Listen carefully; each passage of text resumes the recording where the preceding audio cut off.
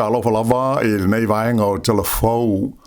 Ua whaalia stasi sa avea mo whailo tusi o tū tau whisota inga le partia le National, o whaale tonu ia sa hadi ni mai le vai aso na tenei, na te le lava le awhaina ai o le li palemia ia Christopher Luxon.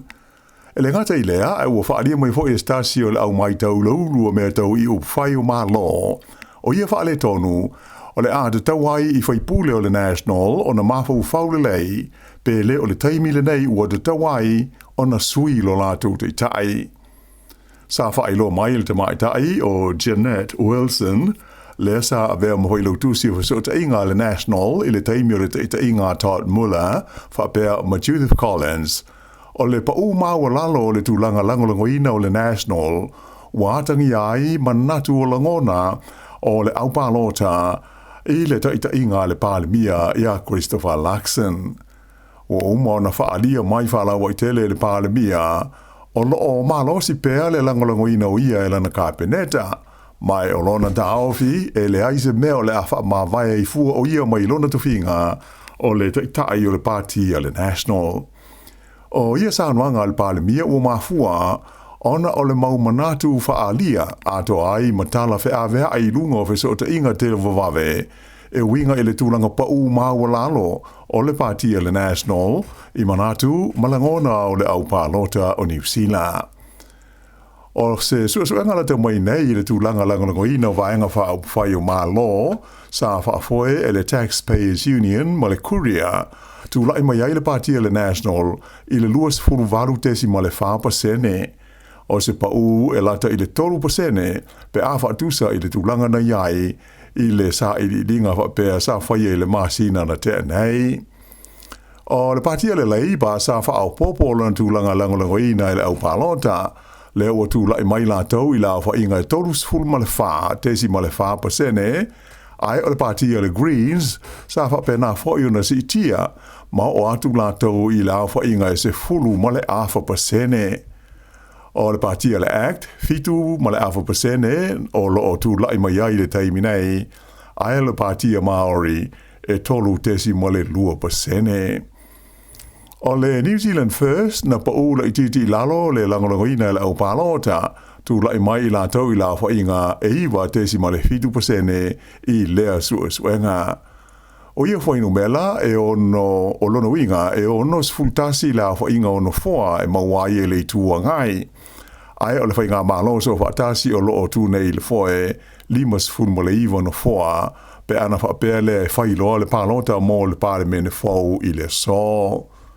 O le taunu ungo le suenga le nei sa whailo mai le whaiunga le vai aso, le a sailonga o na whesasia iai i a tali mai le pāle mia e ni whesidia le autustala e whaatatau i le taua i Iran. O le palemene i Wellington e i a stasio no fuanga fau, ua whailo mai ua masalumia, na o i aise tangata na maua i le mai o le misela. O le nei tangata o stasi sa malanga asiasi mai i New Zealand nei, mai sa hanwai o ia i se malanga mai moa i le tonu o le maota o le palemene. Whailo mai e whapea o le nei tangata sa afia i le misela i le taimi na malanga mai ai i le vale o le asolus fultolu ma le asolus fulfitu o Februari. O no fuanga sa iai le nei tangata e au fia il malai va le tele o Aukilani whapea il malai va le o Wellington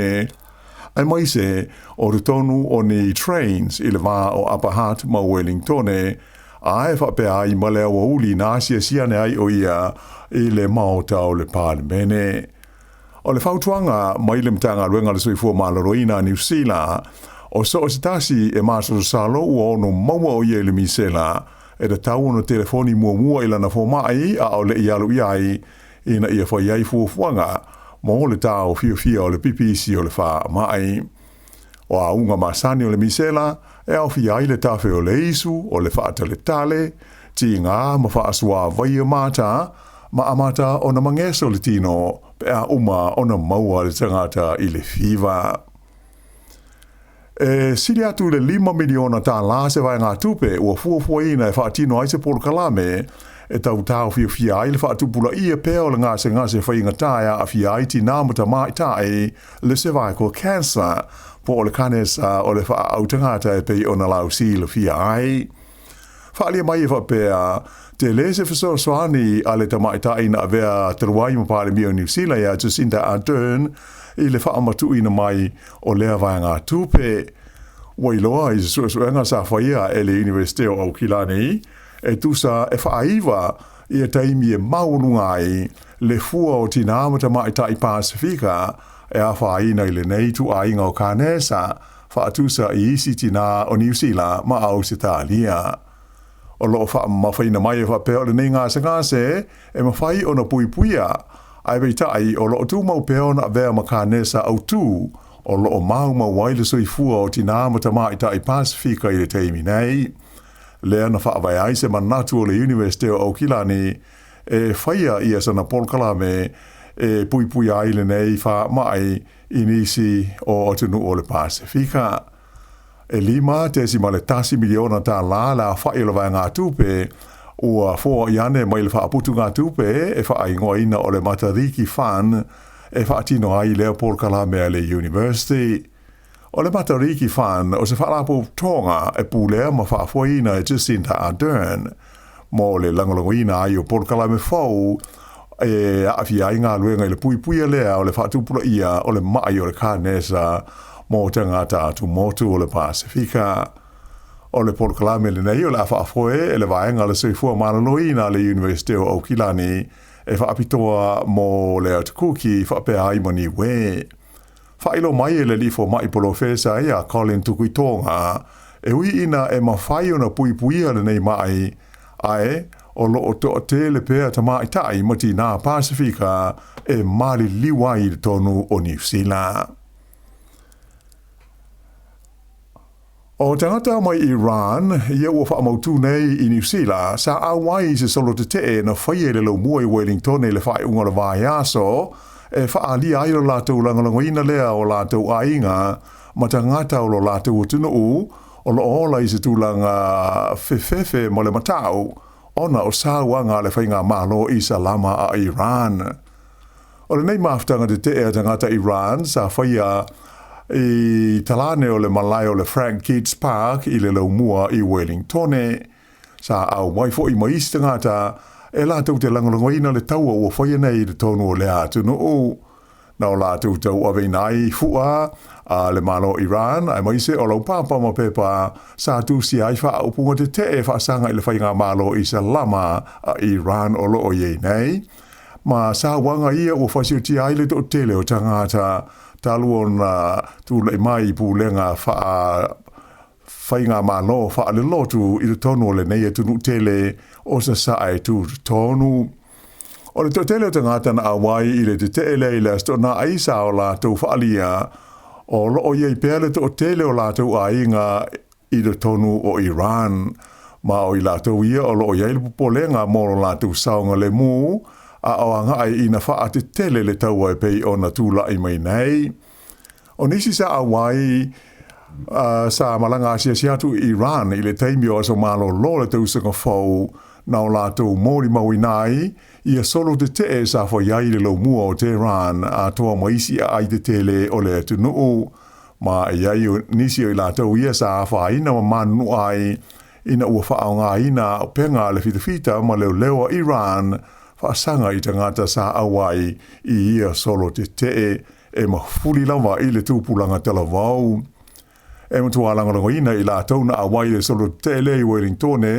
I hosa whainga ua whaia Amerika ma Israelu e whaasanga I le malo Iran. O le teliturunga o ia hosa whainga e le tau na mawai se saulotonga mo le whaitau 4 miliona o tangata Iran mai pūlenga masawanga a le malo wha I Salama.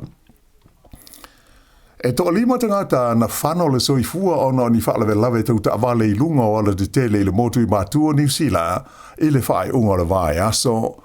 To tasi na waliu I le whaalawe lawe le na tupu I le tele nume le tasi I mātua o Turangi e le mamao mai le awale ngoa o le Wahira Road I le Sāna Nafi. Sa umi se teimi o poloka ma tau fi ai fe malanga inga masani o tamale I le vaenga o le wala.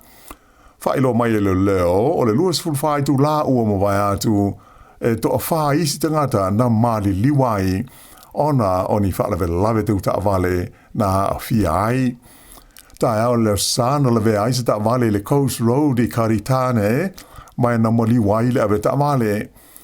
le I umi ia se va ai mali ule stangata ina ua la vea na pasika I le tele le Foxton Shannon Road I le tu malo le Manawatu I le tai o lava o le San Nafi ai petusa o le afo le sefurulua I le vavea o le sa po le pole o le stonai na maliwa I fo I se istangata ina ua la vela na ta vale le nuu ingo o paparoa. Wha maa nia mai fo leo le sa le maliwa I o le ave ta vale lea na la vela na ta vale le Tome Valley I le fiafi o le stonai o lea ave ta vale e whapea na umai lavalo na soifua I le mea na tupu ai lea wha lave. E whai tau fia se lau lita o le swa o na liki mamasua I le Sami I le taulanga o Aotearoa I le motu saute I le tae ao le stonai mai se tasi o manua o le fuawaa po o le Navy a le malo o New Zealand. Whailo mai e suisa opo le Navy e whapea petusa o le lua se lau a ngā I le tolu se lau lita o le swa o mai le manua o le nei le HMNZ te kaha na masua I le Sami ona o se whaale tonu o le vaenga I ta ua o le oil cooler I se tasi o afi o le waa. Whaalia mai fōi o le taimi na ilo aile whaale tonu na amata Iloa ma tau mawhainga ina ia tau tau fiufia le salalawatu o le swau I le Sami ma tau mawhai e whaamama ia le o ngā Sami na awhia ai. Sa whaonga ina ia ni momi e le o waa e mi miti ai le swau mai le Sami. Ta o mai fo I o mau le po ngai o le wha fi tauli mai o umau na toe wha le leia o le o toe liki mai ai se sua o. O le manuao le nei sa asia siatu I le taulanga I Aotearoa moni wha teita inga wha apitoa sa whaia I le wha iunga le vai aso. Sa sani fo I ngā ruenga mo le wha mai no le ngā tei whale nā fia le wha lapo tonga o le si o manga le tūmalo Canterbury. Ma whautua ina ai le maru le tino o ina ia vaveo na fesota I atu I le matanga ruenga pe awa aia nisi whaale tonu o le si manga e ono tula I mai se taimi. O le numelo le telefoni e le tongia le Environment Canterbury Pollution Hotline o le o valu o fitu ono lima valu. Na whaawau le San Nafi sa ilinga le ngā tei whale I Greymouth mo se tangata na tawhea a ngā I le Sami I le fiafi o le stonai. Whailoa mai e leo e whapena maua ia se vaa o le tu ainga o le kayak I le matawhanga I le mamao ma le pitanuu o Blaketown. Pe tusa leo le afo le fitu I le fiafi o le stonai. Mai sa whaiaisu e suenga pe whamata iaise sotanga o lea kayak ma le tangata lea na le iloa. Ta o mai e le lisa tini leo ya Mark Kirkwood sa afia I le sa ilinga o le tangata ia le vaenga leo whapea le Coast Guard ai mai se ia le vaenga o mu whaala vela me whaahosei ai whapea I foi le Kotuku Life Saving ma le kompani waalele le Garden City Helicopters. Na lave ia mai e leo whapea ia se waalele helicopter le Westpac ni tangata maulu ai whapea ia nisi sa folau I se waala ititi na mo mia le fesosoani ona o inga so o le Sami ma le malo losi o savili I ngā tei whale saute o Wellington I le vai aso na tuana e tunei. O le fiafi o le stofi whapea sa whaananati tu waile leo o le ngā tei whale ina ua maua se wala au mo se fesosoani mo I se waala ititi na whenga iai mani whaafi tauli ona o matangi na o I le 24 kilomita le malo losi a toa mauma e ta I lua mita le maurulunga na ta whea ai lea waa ngai I le moana. O le tangata e ana le waa e whapea sa tofu I le Sami e lata I le matawhanga I le taimi na ta whea ai le waa ai e na au ia I loa whaaola ma ave ia le waa. Sa wala o inai le leo le fesosoani mai le valele helicopter whapea le vaenga o le Coast Guard mo se fesosoani.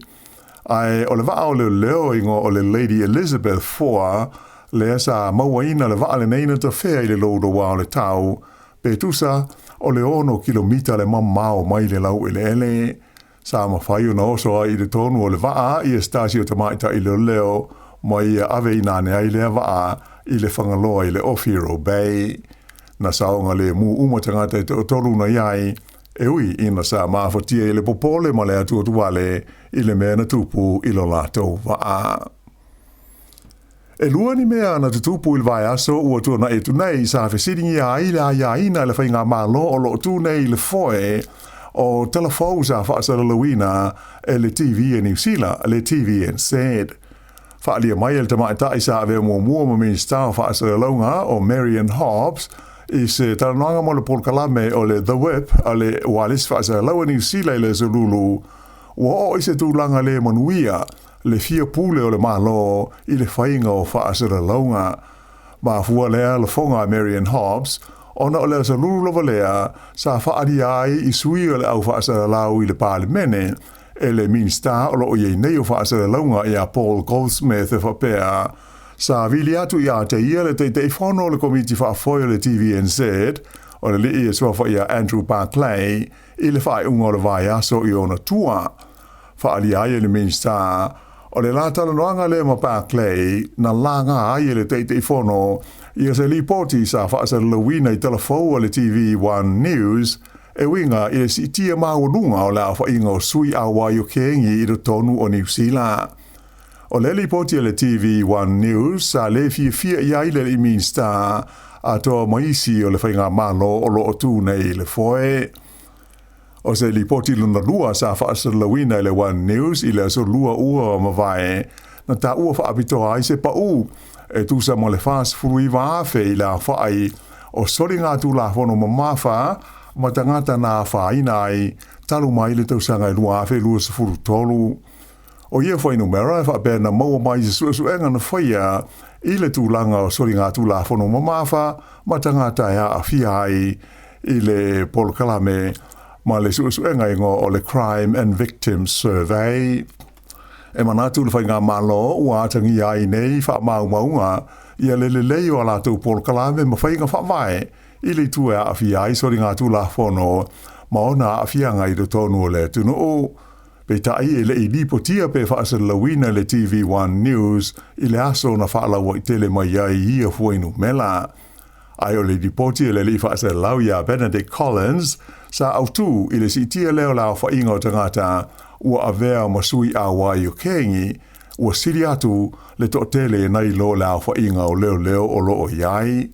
Sa ta ua I fo I leli potia Benedict Collins ia se folanga le palemia I se talanoanga a o lumana I le parota le lua ave lus fultoru e whapea e le tupu se mea whapea pe a whai e tūla I mai I la tau I le taita inga o le whainga māloa New Zealand.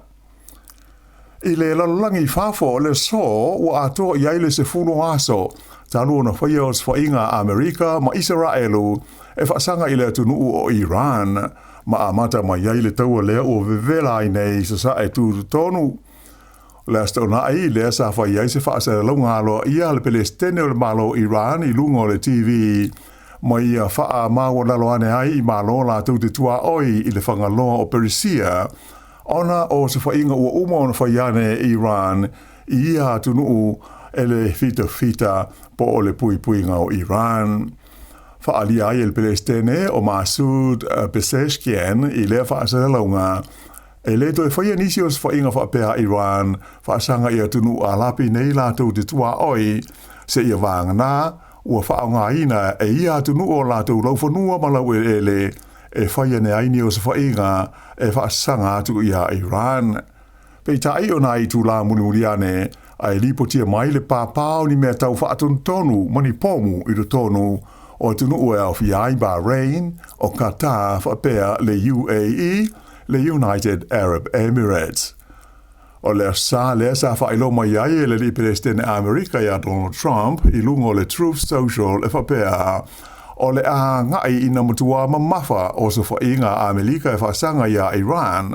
ma ua iai le fuafuanga e whaalautele atu I isi vaenga o le nei atunu ia o se whainga. Ua uma foi na fola Donald Trump o le taua le ua whainei ma Iran e whaatoa tuu lava mata ofi pe a si lima alo ia le malo o Iran. O li poti mai le malo ua whailo mai ai na ta awai e siri atu i le afe lua se lau tolu se fulu ia lao fa inga o tangata o Iran e awhi ai ma tamaiti e whapea o whasiutia ta luona a mata le nei taua. Ai le panona e la te le tolu se lau la whae o isi tangata o maririwai i o sa whainga o whaia ia le malo Israelu e whaasanga i vanga au a le Hezbollah. E ta alonga, e kirikiti whaale vāo malo o le o toe manu malo ini tia i le ipo le laulangi i ta alonga pupu uta i luas furu ova po le T20 a le vaenga o li ina ua le maua le Black Caps sa New Zealand o lātou ai i le lasu ngā fusi lea ta amusanga na alo iai i le vaveawa na le la. E lua se lau 5 ai o ini tia mai a lātou pe e 5 na tuli e New Zealand mai ui ina Samoa ai 5 le li o team Seifert ai na uma pe le Black Caps e na o le se lau 5 iwa o lātou ai na tā tu sa ma le iwa sfuruono ai na manu malo ai ini tia i le la talonga ma ua toe tu lai mai ei nei ia ini tia o le siampini o le laulangi i le vaenga leo talonga pupu e ta i lua se fulu ova. O le malo le au kirikiti ini tia ua tolu ai o lātou malo i le ipo le laulangi i le taumusanga le nei T20 ua ve ai le aua ini tia maunua i au ua se soo ni o lātou malo i le ipo le laulangi i lea fo i vaenga o le whaanga tama o le kirikiti. Ai mo le Black Caps a New Zealand o le whaalima leo no o i lātou i le final o lea taumusanga ai e le i malo i lawa i le ipo. Whaalia mai fo i whapea o se malo maua ai leo ini tia i se taalonga whaita wina i le taimi o le taumusanga le nei o le T20 a le lalolangi. I taalonga a wheleti whaale vāo malo, ma ta ina le tau mawhai o le Aotearoa Sāmoa, i le tauwanga ta ua o le Polynesian Track and Field Championships, le sa whaanga solo i Aukilani, mai lea so 5 o mati, se i o mai i lea sāna nafi. O ia sua ngā siampini na whaia le malai ta alo le Trust Arena i Aukilani, mai o se ripoti mai le litus Tala ia le malu sulamana ia Daniel Lima, na moli mawina ia ta'alonga na ia ta'awai le whaatuwina lea le Aotearoa Sāmoa o se matatia i na ua manu malo i lātou i tu unga ta moe au tū o ia ta'alonga o le lua afe lua se fuluma le ono. Na tūlanga ese le tau mawhai o le li i talavau ia Johnny Malua lea na pine auro i le tu unga o le se lau mita li mai sa te le fo ilona sao i le tu unga o le selau mita whai au te to wha po o le 4x100 relay le fo ina pine auro ai le au te moe le nei a Samoa. O le teimi o le li o Johnny Malua na mua ai le selau mita e se fulu tesi ma le valu se kone. Ai, na tūlanga lua atu i ai mo le pine siriva i le isi fo i alo o Samoa o le li o Fala Tuna Junior Solomona. O le taule lea mai tonga ingo ia ti tali kolomalu na pine apa me mea i le tūlanga tolu. O le tuu ngā whaamori ngā hua teito wha lea na auroi fo i Samoa na pine sidivai i le aua tonga ai pine apa me mea i le aua Tahiti po o French Polynesia. Ai i le vaenga o ta maita ai sa whaape nā fo i ona matua mata ina le tau mawhai o ta maita ai o Simone Tafunai lea na pine auroai ina ua mua o ia i le tuunga o le se lau mita. O le taimi i sa wha mawina o le alo sa moe le tuunga le se lau mita e se furulua te si tasi iwa se kone mai na whailo mai e whapea o le manu malo ai o sa moe pine auro i tuunga au tuia o ia ta alonga te tele whaale vāo malo ua si tia maununga ai ma se atu i se isi tūlanga i ele tau mwhai o le whalapo tongo ta alonga a wheleti a Samoa. E tu sai tolu auro a Samoa na mawai i ta alonga nei au kilani na tau wai le sili atu i le se lau o ta mama teine ta alo mai e tunu e au fi ai tonga o le Cook Islands o Tahiti whapea ma Samoa. O isi ta alonga a wheleti whaalawao malo o le asaungi atu ne iai le au ta alo le nei a Samoa e tau wai o ta alonga ia a tunu o le Oceania e whaia ile ai o tawe ni Australia i te teimio le tausanga nei. E ta'alonga kirikiti e tamai tai whaale wao malo, sa i longa ona le leile ta aloa le tamai ta e kapiteni, o le au kirikiti le White Ferns a New Zealand o Millie Kerr, e le ngata o lana tea ai o le tā. Na malo i le aua New Zealand, i le aua Zimbabwe, i lona lua o la tu ta'alonga sa whaia i le Otago Oval i Dunedin i le San Nafi. Mai o hape fo una manu ai le au nei a New Zealand le la series ma Zimbabwe i ta'alonga ia te tasi aso po ODIs. O le ta'alonga mo mua le stofi na whaia lau fo i Dunedin na manu ai fo i le aua le White Ferns. O le whaiunga lea o le nei vaenga o telefou